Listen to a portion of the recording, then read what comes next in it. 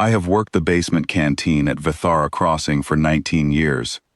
I say that plainly because it is a plain fact, and because the kind of work I do does not invite embellishment.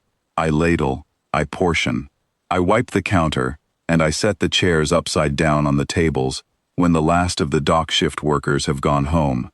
The way station hums above me all day long, freight contracts and customs declarations, and the long, slow business of 100 species moving through, and I am the woman who makes sure the people doing that business have something hot when their shift ends. That is enough. It has always been enough. The first morning I noticed the shape in the lower corridor, I thought the drainage contractor had left equipment behind. The service hatch at the back of the canteen connects to a storage run that nobody uses anymore. Lighting sockets along one wall, an old ventilation grill, bare concrete floor. It smells of damp and old coolant. I go through it twice a week to reach the secondary cold store, and I do not linger. But that morning I went through with my lamp, and the lamp caught something that did not match the geometry of abandoned pipe. He was curled against the far wall, stone gray, darker at the spine, the scales overlapping like old roof tile worn smooth by a century of weather. His head was down, resting on his own foreleg, and he was the size of a small cargo lifter. The ridge above where his eye should have been was scarred over, not a wound from recently, but old, the way old things carry old damage without drama.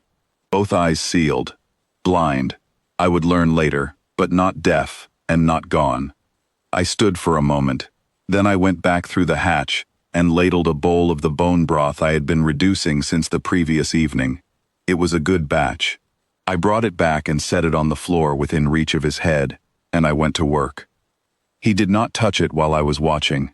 I do not know when he touched it, or whether the first bowl took him an hour or a day. When I came through that evening for the secondary cold store, the bowl was empty and licked clean, in the way that only happens when something is very hungry and very proud, and did not want to be seen being hungry.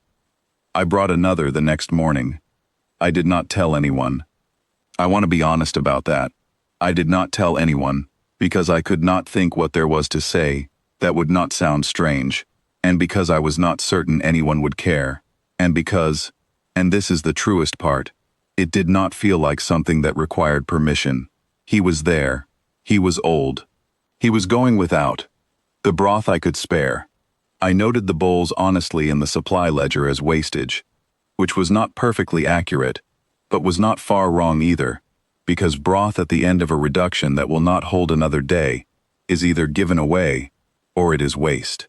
I chose given away. If anyone audited my ledger 19 years from now, they would find 19 years of a careful woman and then 6 weeks of slightly higher broth usage, and they would not know what to make of it, and that is fine. By the second week, he had moved closer to the hatch. Not close enough to block it. He was precise, for something so large. He understood the geometry of my passage, and left the width I needed, and I noticed that, and did not comment on it. The third week I began leaving the hatch ajar on nights I worked late, so the warmth from the canteen could get through. It is cold in the lower corridor. I told myself it was because the hatch latch was stiff, which was not untrue, only not the whole truth. He smelled of iron and old stone, and faintly of something I did not have a word for until later. Later I would be told it was the scent particular to the Sotharran bloodline, a mineral warmth like the inside of a cliff face after a long afternoon of sun. I noticed it every time I went through. I found I did not mind it. I never spoke to him, not in those weeks. It did not seem like something he wanted. There is a kind of dignity in very old creatures, and in very old people too, I think, that prefers to be served without commentary. My father was the same way at the end. You do not talk at it. You bring the tea, you fix the blanket, you leave the room, and later they know what you meant, and so do you. I became aware of the delegation on the fourth week, only because they used the canteen for an early breakfast one morning. 7 of them. Iron dark scales. The ridge patterns I would later learn marked the Sotharran High Conclave's senior members. They sat in the corner booth and ate without speaking to me beyond their order. and I served them without commentary, which is what I do, and I thought no more of it. It did not occur to me that they were there about the corridor. The morning he spoke my name, I had not yet set the bowl down. I was coming through the hatch, lamp in my left hand, bowl in my right, and the sound stopped me so completely that I spilled a little on the floor. Not a loud sound. The opposite of loud.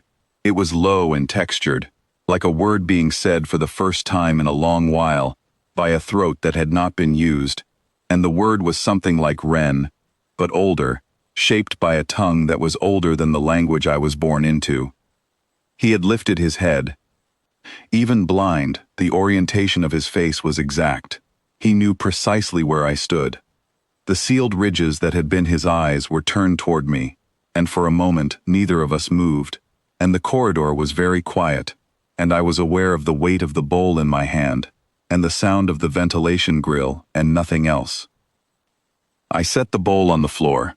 "You're welcome," I said, because it seemed like the right thing, and then I went back through the hatch. I heard them on the stairs perhaps an hour later, the delegation, and more besides. 7 became 12, and then I heard the low register of Sotharran formal speech through the wall, the kind of cadence that carries ceremony in it. I kept working. The morning shift needed feeding, and the bread was still in the proofer, and my concerns were my concerns. The senior delegate came to the canteen door at 8:30. She was older than the others, the ridge pattern over her brow more elaborate, and she looked at me the way I had seen very few creatures look at anyone. The way you look at something you have been trying to understand for a long time, and have finally placed. She said a word in Sotharran. I did not know it then. Later a junior translator told me it meant, approximately, the one who kept the fire company while it was going out. It was not my name. It was something older than a name, the kind of word a people reach for when they need to mark something that happened and do not want it to be forgotten. I thanked her, and told her the morning special was still available. I do not know what happened in the corridor after that.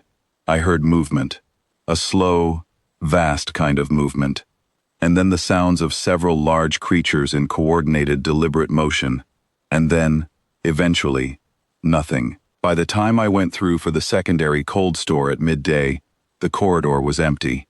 The floor where he had rested held the impression of his weight, the scales having smoothed the concrete slightly, and the last bowl was clean and pushed neatly to one side. I picked it up and washed it, and put it back with the others. I wrote in the ledger, stock normal, because from that morning it was, and I had nothing else useful to note. The delegate came back that afternoon with a small flat package. Sealed clay, Sotharran script pressed into the surface, my name written in translation below it, in a hand that was trying its best with the letters. I thanked her and put it on the shelf above my coat hook. I have not opened it.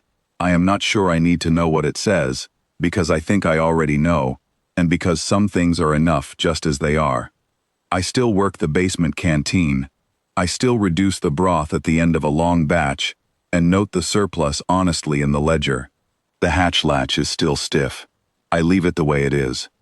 Some mornings I go through to the lower corridor for no reason I could explain to an auditor, and I stand in the quiet for a moment, and then I go back and start the bread.